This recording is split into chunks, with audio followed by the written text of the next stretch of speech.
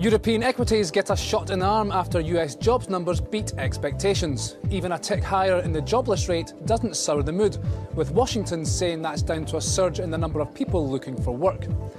The 171,000 new jobs created last month also giving a final boost to Barack Obama ahead of Tuesday's presidential election. But polls still point to a dead heat as we go into the last weekend of campaigning. Here in Europe, policy decisions from the ECB and Bank of England due next week.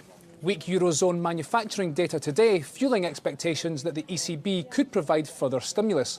Most economists polled by Reuters now expect the bank to cut rates to a record low 0.5% in the coming months.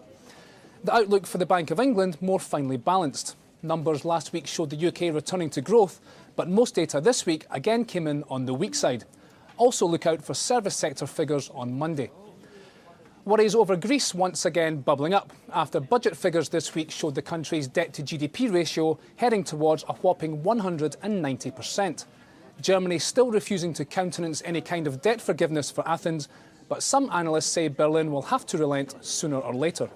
The reality is for Greece, it's still a long, hard road to economic recovery. They need to continue to introduce austerity measures in a transparent and tangible fashion. They need to continue to work with the Troika in terms of achieving some of those targets. But the reality is, I'm sure at some stage they will need some help from the likes of bondholders because, quite frankly, it still looks an unsustainable model.